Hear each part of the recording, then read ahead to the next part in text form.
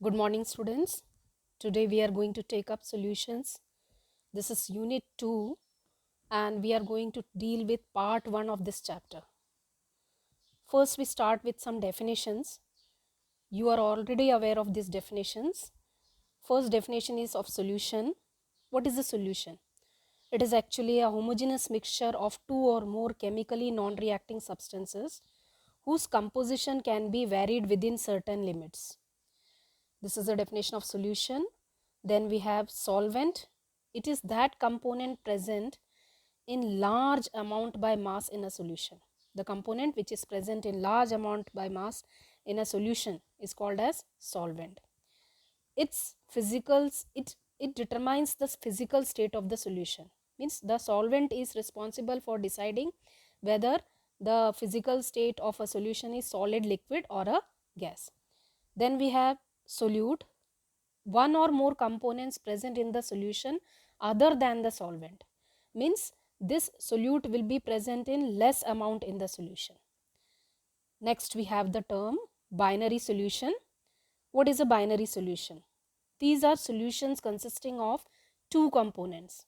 Here each component may be a liquid, solid or a gas. Now some of the important solutions which we come across in our daily life. For example, brass. Brass is a homogeneous mixture of copper and zinc. This come under solid solutions. Then 1 parts per million of fluoride ions in water prevents tooth decay. This is another way of expressing concentration of a substance.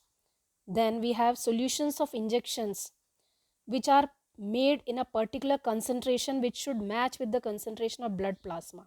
So this is actually the importance of solutions. Means why we study about solutions. Why is it important for us? So these three examples tell us that why solution is important to us and why we should know about solutions and its concentration. Types of solution. Now you can see here 3 types of solutions are mentioned here: solid solution, liquid solutions and gaseous solution. Like in solid solution, the best example is brass, which is an alloy of copper and zinc. It will be called as a solid solution.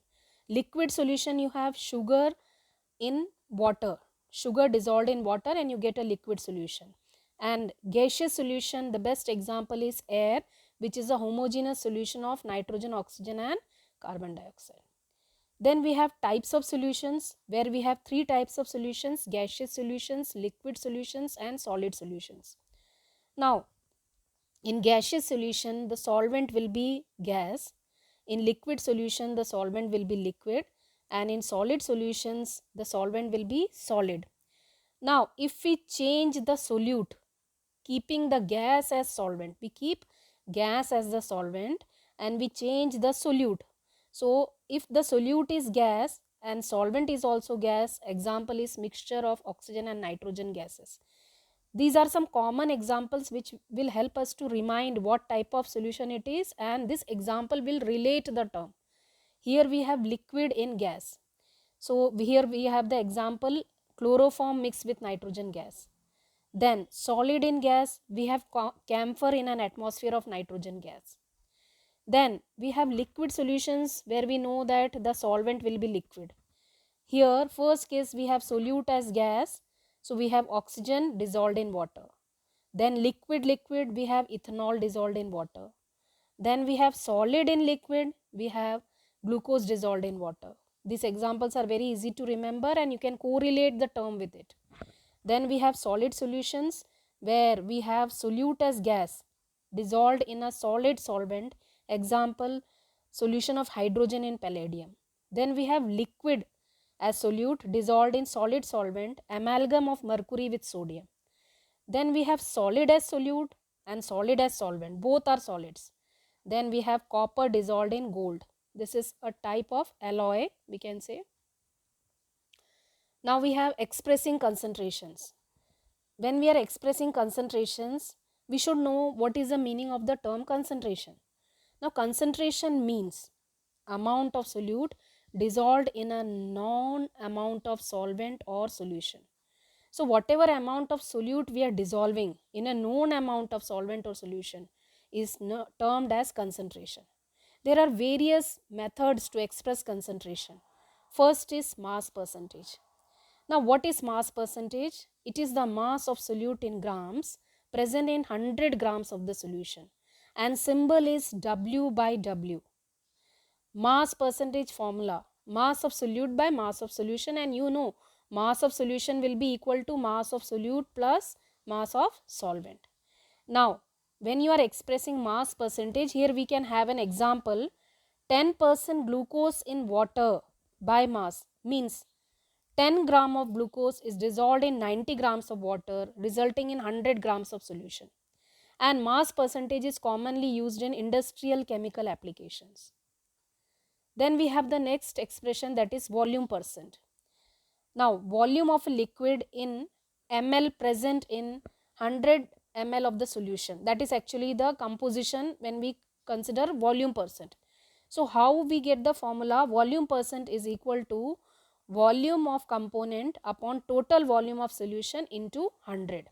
Here again total volume of solution will be volume of solute plus volume of solvent. For example, 10% ethanol solution in water means 10 ml of ethanol is dissolved in water such that the total volume of solution is 100 ml. Next we move on to mass by volume. Symbol is W by V, and symbol for volume percent was V by V, and here we have W by V. Mass by volume percent is grams of the solute by volume of solution in ml into 100. So actually it is mass of solute in grams present in 100 ml of the solution. Next we have parts per million. This unit is used when we are describing substances which are present in trace quantities, means very little, very less amount of a substance present. How to define parts per million? Number of parts by mass or by volume of a component per million parts by mass or volume of a solution is parts per million. You might have, when you are watching the TV channels, you see the news channels giving the pollutants in atmosphere, and the unit they use is parts per million. So when a solute is present in trace quantities, it is convenient to express it in parts per million. Now parts per million formula is number of parts of the component by total number of all the components of the solution into 10 to the power 6. Here we have an example. A liter of sea water weighs 1030 grams and it contains 6 into 10 to the power minus 3 grams of dissolved oxygen. Such a small concentration is expressed as 5.8 ppm, means 5.8 grams per 10 to the power 6 grams of seawater. The concentration of pollutants in water or atmosphere is often expressed in micrograms per milliliter or parts per million. You remember pollutants are expressed in this unit. Generally they are used to express the amount of pollutants in water or atmosphere, and it is used when solute is present in trace quantities. Next we have mole fraction. The symbol of mole fraction is represented by chi. Okay. Now mole fraction is equal to number of moles of the component by total number of moles of all the components. Suppose we have a binary mixture which contains two components A and B. Then the mole fraction of A will be equal to number of moles of A by total number of moles, that is Na plus Nb. And if suppose the solution contains I number of components, then Xi is equal to Ni upon N1 plus N2 plus and go on till Ni, that is sum of all the components, the mole fraction of all the components in the solution. And one more important thing you have to remember, sum of all the mole fraction is always unity. Sum of mole fraction of the components in a solution will always be unity. If suppose you are asked what is the sum of a component which contains three components A, B and C, the answer is 1. If I ask you what is the sum of mole fraction of a solution which contains 100 components, then also it is 1. If it is 5 components, then also it is 1. So sum of mole fraction of all the components present in a solution is equal to 1. Now we have two new terms, molarity and molality. Molarity is represented by capital M and molality by small m. Now what is molarity? Molarity is defined as number of moles of solute dissolved in 1 liter of the solution, and molality is number of moles of solute per kg of the solvent. Now see, both are number of moles. This is also number of moles of solute and this is also number of moles of solute. But here you have to remember that here number of moles of solute is in 1 liter of solution, and here it is number of moles of solute per kg of solvent. Difference here you can see, here it is solution, here it is solvent. Now molarity is equal to moles of solute per unit volume of solution in liters, and molality is again moles of solute, but here it is in mass of solvent in kg, means it is the number of moles of solute present per kg of solvent. So the formula will be moles of solute by mass of solvent in kg. Now if suppose the solution is in ml, then your formula will be moles of solute by volume of solution in ml into 1000, and molality will be moles of solute by mass of solvent in grams into 1000. If this kg is converted into grams, suppose in question it is given in grams, then you have to multiply it with the 1000. So these are the formulae which you will be using to calculate molarity and molality, and you need to take care of these terms, solution and solvent, and this is in 1 liter and this is in per kg. Now we come to units. Unit of molarity is moles per liter or capital M, and unit for molality is moles per kg, or we have the small m. Now there is a reasoning question that molality is considered better for expressing concentration of solutions. Okay, now the answer is that molality is considered better for expressing concentration of solution because in its formula we have mass of solute and solvent, and temperature has no effect on mass. Okay, so temperature has no effect on mass, so this is better when we are doing experiments dealing with concentrations of solution. And here molarity is not preferred for expressing concentration of solution in comparison to molality because you have to remember volume of solution is there in molarity and temperature has a significant effect on volume. There will be fluctuations in volume when the temperature changes. So this is not considered or not preferred for expressing concentrations, but molality is considered better. Now example, molarity example, 0.25 molar solution means 0.25 mole of NaOH is dissolved in 1 liter. Here we have 1 molar solution of KCl, which means 1 mole of KCl is dissolved in 1 kg of water. Another reasoning question, 1 molar aqueous solution is more concentrated or 1 molar solution is more concentrated? You have to answer. Now 1 molar aqueous solution is more concentrated than 1 molar aqueous solution. Now how to explain? In a molar solution the amount of solvent is less. Now we have to prove how it is less.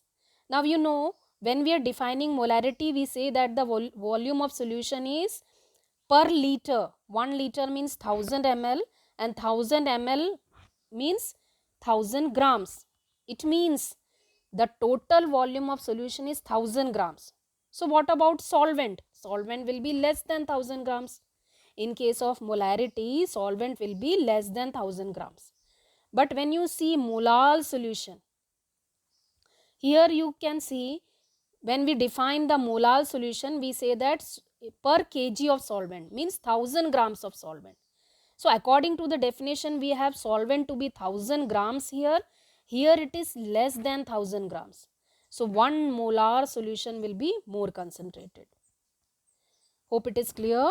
Now we have mass percentage, parts per million, mole fraction, molality. All these factors are independent of temperature, whereas molarity is a function of temperature. This you have to note down. Now we move on to the numericals. calculate mass percentage of benzene as well as of carbon tetrachloride if 22 grams of benzene is dissolved in 122 grams of CCl4. Now mass percentage of benzene formula is mass of benzene by mass of solution into 100. Mass of benzene is given to you as 22. Mass of solution will be equal to mass of solute plus mass of solvent. Mass of solute is 22. Mass of solvent is 122. So when you put the values in the formula, you will get 15.28% for mass percentage of benzene. And for calculating mass percentage of CCl4, subtract this value from 100, you will get it, but still you can put the values in the formula and show that. Mass of CCl4 is 122, mass of solution is 22 plus 122 as we did it earlier, and answer will be 84.72%. Next numerical. Calculate the mole fraction of benzene in a solution containing 30% by mass in carbon tetrachloride. Now here we are given only one value, that is 30% by mass of benzene in carbon tetrachloride. So what does 30% by mass in carbon tetrachloride mean? It means that we have 30 grams of benzene dissolved in 70 grams of carbon tetrachloride. Now mole fraction formula is moles of benzene upon total moles of the solution. Now moles of benzene, how to calculate? For moles we have the formula mass by molar mass, and moles of carbon tetrachloride will be mass of CCl4 by molar mass of CCl4. So remember, moles of benzene, the formula is mass by molar mass. Now we move ahead. Mass of benzene is 30 grams. Molar mass, if you calculate, it comes to 78. Moles of benzene again 30 by 78. Mass of CCl4 will be 70. How? Because it was a 30% solution, so 70 grams is CCl4. By molar mass of CCl4 is 154. So you get number of moles as 0.385 for benzene and 0.455 for CCl4, and mole fraction value you get. Now we move on to the next one. We have got mole fraction of benzene, and we have to calculate mole fraction of CCl4. So total sum of mole fractions is always equal to 1. So 1 minus mole fraction of benzene will give you mole fraction of CCl4. So answer is 0.542. Next question. We move on to the next question, that is calculate the molarity of each of the following solutions. And here first we have 30 grams of cobalt nitrate .6H2O in 4.3 liter of solution, and second we have to calculate molarity when 30 ml of 0.5 molar H2SO4 is diluted to 500 ml. Here dilution is there. First we start with cobalt nitrate question. We need to calculate molarity. Formula of molarity is number of moles by volume of solution in liters. Now number of moles, you are already aware of the formula. Number of moles is equal to mass by molar mass, and in the denominator we have volume of solution in liters. Now again, number of moles of the solute is mass by molar mass.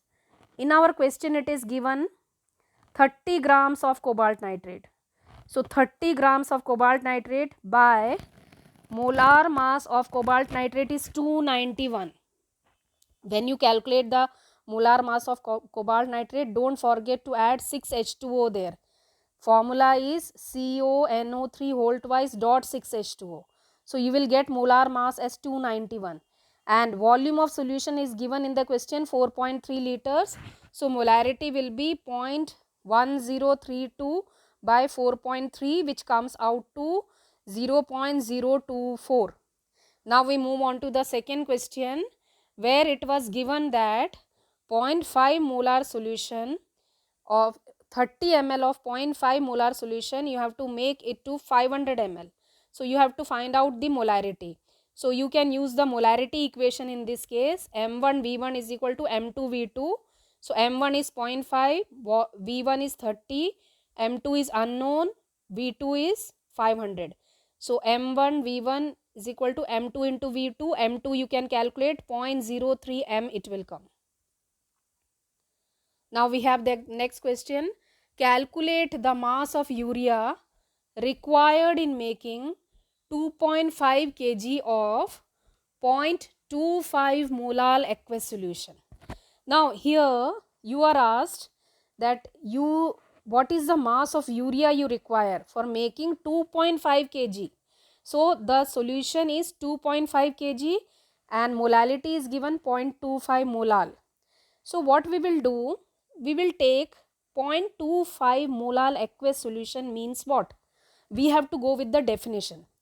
Molar solution means number of moles dissolved per kg of the solvent. So according to our question, 0.25 molar aqueous solution means 0.25 mole is dissolved in 1 kg or 1000 grams of the solvent.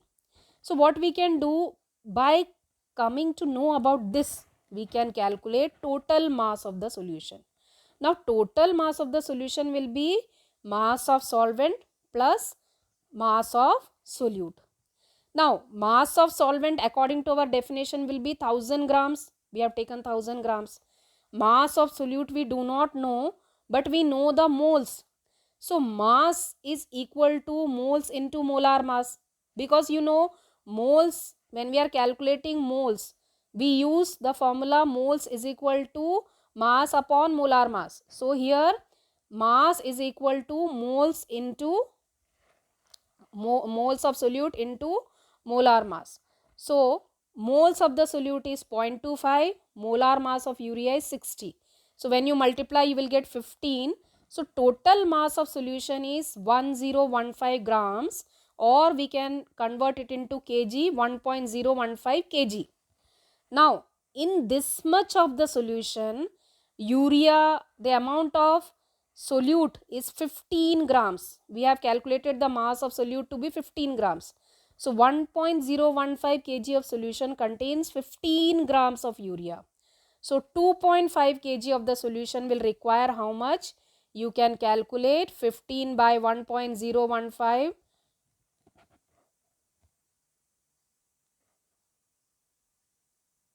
15 by 1.015 into 2.5, that is 37 grams. So in this question you basically need to find that how much of urea is present in the given solution and then calculate accordingly for 2.5 kg. Now we move on to the next numerical. Calculate molarity and mole fraction of Ki if the density of 20% aqueous Ki is 1.202 grams per ml. So you are given that it is a 20% aqueous solution and density is given to you. So first of all, calculate the molar mass of potassium iodide. It is coming to 166. Now we move on to molality calculation. Molality means number of moles of Ki by mass of solvent in kg. Number of moles is mass by molar mass. Okay. Now mass given is 20. Why we take 20? Because it is given 20% Ki solution. So 20 is mass of Ki. Molar mass of Ki is 166 and mass of solvent is 0.080 kg. Because mass of solvent is 80 grams, 20 Ki and 80 grams is the solvent, but we are converting it into kg, so it becomes 0.080 kg. Now it will become 0.120 by 0.080 kg, that is 1.5 mole per kg. This is molality calculation. Now with the same values we will move on to molarity calculation. Molarity formula is number of moles by volume of solution in liter. Now number of moles is mass by molar mass. So 20 by 166. But volume is not given to us. We are having only density with us. So what we will do? Mass by density to get volume. Mass of the solution will be 100 because it is 20% Ki solution. So 20 and 80 make 100. The total volume of the solution will be 100. So 100 by 1.202 will give you 83.2, and 20 by 166 will give you 0.120.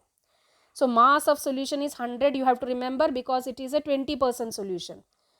Molarity will be 1.44 m. Now we move on to the last part of the question, that is mole fraction of Ki. Mole fraction is equal to number of moles of Ki by number of moles of Ki plus number of moles of water.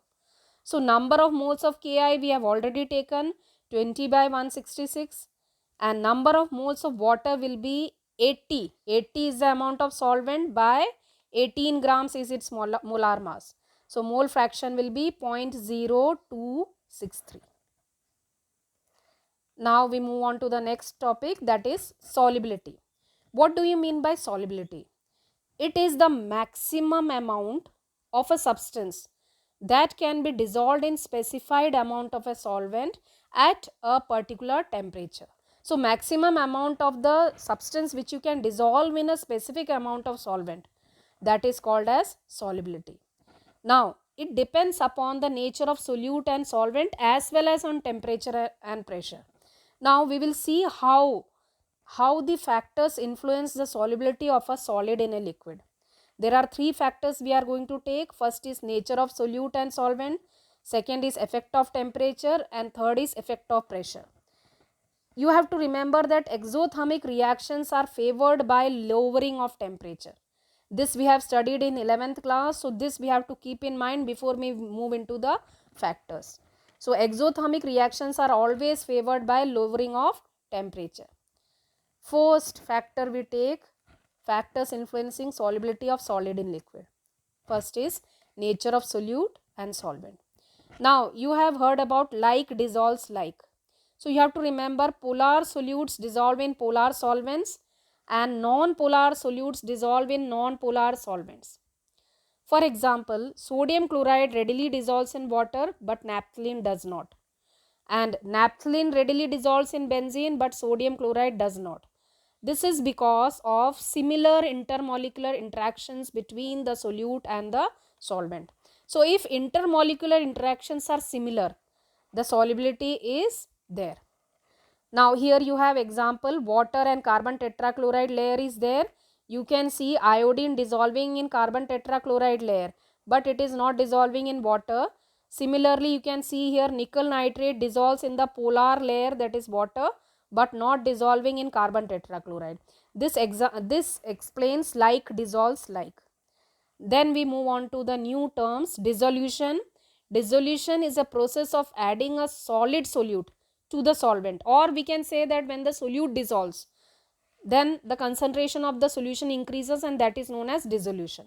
And what is crystallization? When the solute particles get separated out of the solution, that is crystallization. And you have to remember that a state of dynamic equilibrium is obtained when crystallization and dissolution process occur at the same rate. And when this dynamic equilibrium has attained, you have to remember that concentration of solute in the solution remains constant if the conditions of temperature and pressure are remaining the same. Now we have two terms which you are already aware of. We have saturated solution and unsaturated solution. Unsaturated solution means more of solute can dissolve at the same temperature, but saturated means no more solute dissolves at the particular temperature and pressure, and the concentration in a saturated solution is considered as the solubility of the substance. Next factor is effect of temperature. Solubility of solid in a liquid is significantly affected by temperature changes. Now we can categorize substances into two types. Those substances whose solubility increases continuously with increase in temperature. There is the first category, and in these cases when the solute dissolves in solvent, the process is endothermic and solubility will increase continuously with increase in temperature, and this is what the Le-Chatelier's principle has explained. And examples of such substances are sodium chloride, potassium chloride, sodium nitrite, potassium nitrite. Now we have the second category where solubility decreases continuously with increase in temperature. These are exothermic in nature. So we have already studied that exothermic reactions are favored by a lowering of temperature. An example are cerium sulfate and lithium carbonate. Effect of pressure. See, you know that pressure will not have any significant effect on solubility of solids in liquids because solids and liquids are highly incompressible. Now we move on to solubility of a gas in a liquid. Now you know that many gases dissolve in water. Oxygen dissolved to a small extent and hydrogen chloride is highly soluble in water. Now we will go into the detail of solubility of a gas in a liquid. The two main factors we are going to deal is effect of temperature and effect of pressure. Now you have to remember that dissolution of gas in a liquid is exothermic process. It means solubility increases with lowering of temperature. You remember exothermic gases are favored with lowering of temperature. Solubility will also increase with lowering of temperature because dissolution of gases is exothermic. And you have to remember solubility of gases in liquid decreases with rise in temperature because on heating some amount of the gas is expelled out. Now we have effect of pressure, but before we go to effect of pressure, we should know two terms, partial pressure and vapor pressure. Now what is partial pressure? See, according to Dalton's law of partial pressure, we have a statement. We will take up that statement. At constant temperature, the pressure exerted by a mixture of two or more non-reacting gases enclosed in a definite volume will be equal to the sum of individual pressures which each gas would exert if present alone in the same volume at the same temperature. And this individual pressure is known as partial pressure. Here you can see a mixture of three gases A, B and C. Now in the same volume, at the same temperature, if you keep only gas A and remove gas B and C, the pressure exerted is partial pressure of A. Similarly, if you remove A and C and leave only gas B there, that is partial pressure of B. And if you remove A and B and leave only gas C, that is partial pressure of gas C. So, partial pressure will be the individual pressure which each gas would exert if present alone in the same volume and same temperature where it was present earlier in a mixture of other gases. So that individual pressure is called as partial pressure, and this image will explain the whole thing.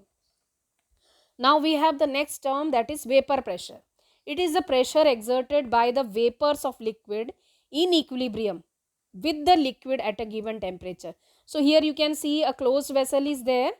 So the pressure exerted by the vapors of the liquid on the surface of the liquid in equilibrium is called as vapor pressure, and this we have already studied in 11th class. Partial pressure and vapor pressure both were there. Now for a solution of gases in a solvent, we will consider a system according to this figure. Lower part is solution and upper part is the gaseous system, and we are keeping the pressure as P and temperature as T. Now when this system is in dynamic equilibrium, the rate of gaseous particles entering and leaving the solution phase is same. That is when dynamic equilibrium has attained. Now if we increase the pressure of the over the solution phase by compressing the gas to a smaller volume, what do we observe? We observe that the number of gaseous particles per unit volume also increases. You can see here, you can see the number of gaseous particle, and here you can see the increase in number of gaseous particle. And we can also see that the rate at which gaseous particles are striking the surface of the solution, that also increases. So number of particles striking the surface of the solution also increases, and number of gaseous particles per unit volume also increases. So what will happen? The solubility of gas will increase until a new equilibrium is reached. And at this new equilibrium, you will see increase in pressure of the gas above the solution, and solubility also increases. You compare this with this. You will see there is increase in pressure also and increase in solubility also. This is what the picture says. You have a diagram in NCERT book also which explains the same thing. Now we move on to Henry's law. Now there is a punchline for Henry's law. So in exam when it is asked, it will be asked, give a law which gives a quantitative relationship between pressure and solubility of a gas in a solvent. So whenever it is given solubility of a gas word comes, then you have to remember it is Henry's law. Okay, so Henry's law is mainly applicable for solubility of gases in a solvent, and this law states that partial pressure of gas in vapor phase is proportional to mole fraction of gas in solution. So partial pressure of gas where in vapor phase is proportional to mole fraction of gas where in solution. And we have the expression P is equal to KH into X, where P is partial pressure, KH is Henry's law constant, and X is the mole fraction of the gas. And we can draw a graph where we are taking mole fraction on the x-axis and partial pressure on the y-axis, and we will get a straight line like this. And this graph is important. All the graphs in NCERT book you have to learn properly. Graphs can be asked. Now we are going to study more in detail about Henry's constant. Now you can see KH is a function of nature of gas. What does it mean? It means that at same temperature, if you keep the temperature same, different gases have different KH value as is seen from this table. Different gases will have different KH values at same temperature. And if you change the temperature, the same gas will have different values of KH. Another factor, KH, if temperature increases, KH will increase. I have put a symbol of directly proportional. Just it means that both will increase. If temperature increases, KH will also increase. And here we have an inverse relationship with solubility.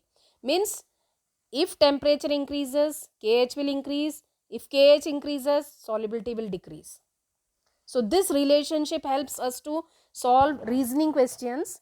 Like one question is there, aquatic species are more comfortable in cold water rather in warm waters. So how we have to answer this question? You have to take the help of KH. First of all, you have to read the sentence, aquatic species are more comfortable in cold waters. Cold waters means the temperature is low. If temperature is low, KH will be low. The value of KH will be low if temperature is low, because they have a direct relationship. And if KH is low, what will happen? The solubility will be more. KH is inversely proportional to solubility. It means in cold waters, the solubility of gases is more, and aquatic species are more comfortable there. They will get more of the dissolved oxygen. Now here you can see the figure. This bird is saying air is containing oxygen and nitrogen in such and such percent, and this bird is asking, is the ratio same in water? So the other bird says that he does not know the Henry's law. So now you know the Henry's law. So you remember KH is directly proportional to temperature and inversely proportional to solubility. And these fishes are saying that we do not have much nitrogen here because of its KH value being quite high. If KH is high, solubility will be less. And here it is written plenty of O2 is there as we go down where the water is cold. Now we have applications of Henry's law. First application is in soda water bottle or the cold drink bottles, where the solubility of CO2 is increased by applying high pressure. High pressure, more the solubility of carbon dioxide in aerated water. Okay. Now we have another example, scuba divers who go to deep sea. They have to cope up with high concentration of dissolved gases. When they are breathing underwater, they are breathing under high pressure because the gases are filled in the cylinder which is sealed under high pressure. So they are breathing under high pressure. But what happens when they come to the surface? The pressure is lowered, and when they reach the surface and the pressure lowers, solubility of the gases decreases. And you know, oxygen is used in metabolism in our body, but oxygen is not required. So when pressure is decreasing, the solubility of nitrogen also decreases. When we are decreasing the pressure, means when the scuba diver reaches the top surface of the water after diving, he is releasing the pressure and the cylinder is removed. At that time, pressure decreases and solubility of nitrogen also decreases. So then at that time, bubbles of nitrogen are formed in the blood, and this blocks the capillaries and causes a medical condition which is called as Bend's or decompression disease. This disease is very painful and it is dangerous to life. Now, how to cope up with this bend or decompression disease? What we do is we dilute the cylinders carried by scuba divers with helium.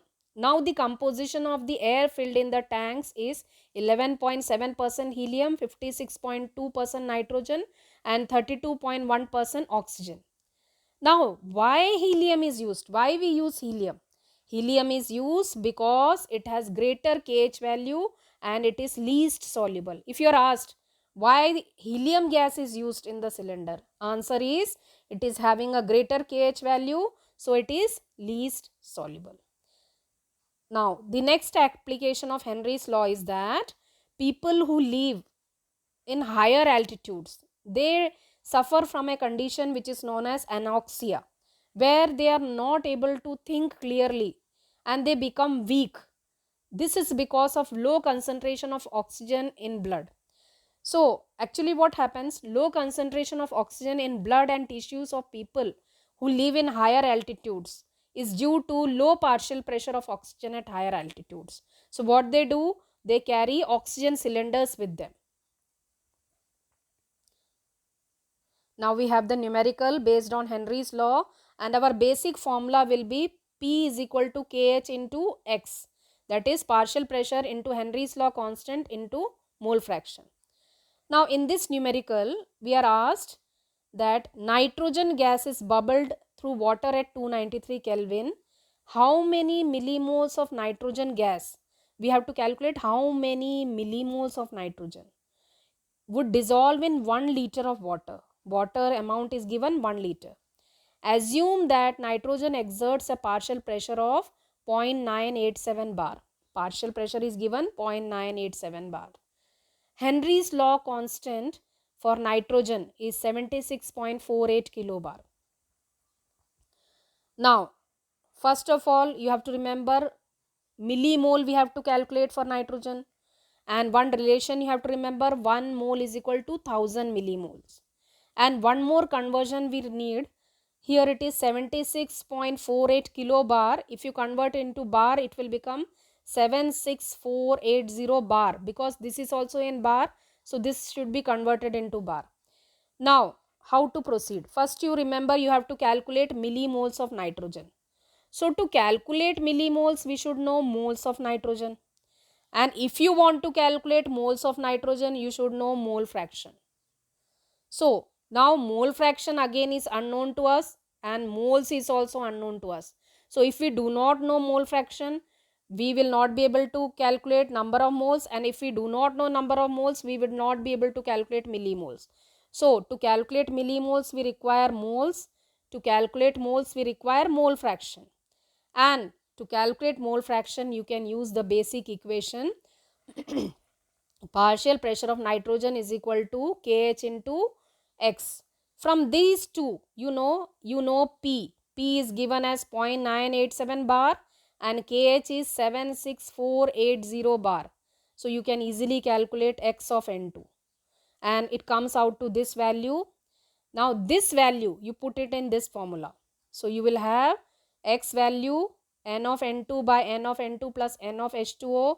N of H2O will be 1000 by 18. Why 1000? Because 1 liter of water is equal to 1000 ml, which is equal to 1000 grams. So 1000 by 18. So 1000 by 18 will become 55.5. And you have to remember one more thing here. In the denominator, N of N2 is too small in comparison to N of H2O. So we neglect it in the denominator. And then you have X of N2 is equal to N of N2 by N of H2O. You put the values here and here and you get N of N2, but it is in moles. And then you convert it into millimoles, it will come to 0.716 millimoles. Hope it is clear. Now we move on to the next question. H2S is a toxic gas with rotten egg-like smell and is used in qualitative analysis. If solubility of H2S in water at STP is 0.195 m, calculate Henry's law constant. Now here we have only two values with us. First we should know STP is given. So at STP pressure is 0.987 bar and solubility of H2S is given as 0.195 m, small m. Now small m means molality. So how to define molality? It is defined as the number of moles of solute dissolved in 1 kg of solvent. It means 0.195 moles is for H2S. The number of moles of H2S is 0.195 moles because it is given molality. So according to the definition, if you see, this is the number of moles of H2S. So you have two things with you: pressure, that is partial pressure, the pressure you can have in the formula P is equal to Kh into X. P is known to you and you are having number of moles known to you. Okay. So what you have to calculate? You have to calculate Kh. So formula is P is equal to Kh into X. Kh is unknown, P you know, Kh is unknown, X you do not know. So X how to calculate? Whenever we calculate X, you remember we have to use this formula, the number of moles of H2S upon total number of moles.